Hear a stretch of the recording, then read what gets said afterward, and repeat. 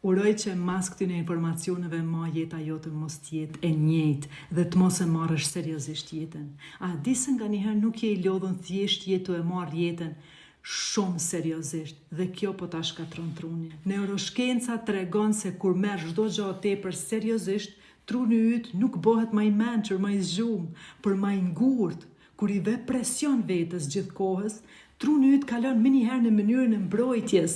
Amygdala merr komandën, duke kërkuar rreziqe, kërcënime, ndërsa pjesa e trunit që menon në mënyrë kreative, që krijon ide të mëdha dhe gjen zgjidhje, ajo fiket. Në atë gjendje ti nuk mund të qasësh zgjuarsinë, kreativitetin apo potencialin tënd të vërtet. Trupi yt është I fokusuar vetëm te mbijetesa. Kur je I bllokuar në këtë modin gjithçka është serioze, humbet fleksibilitetin tanë mendor, truri nis të shoh vetëm problemet dhe jo mundësit. Nuk është inteligjencë, kjo është alarm, por diçka magjike ndodh kur e çliron veten dhe kujton se jeta është një lojë.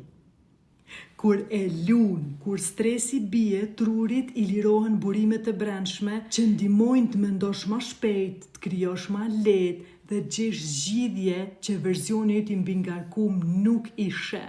Sa herë që ndihem e stresume, më mjafton ta kujtoj një gjë. Valentin, jeta është lojë, luaje. Dhe në atë moment truri im kalon nga kaosi në qartësi.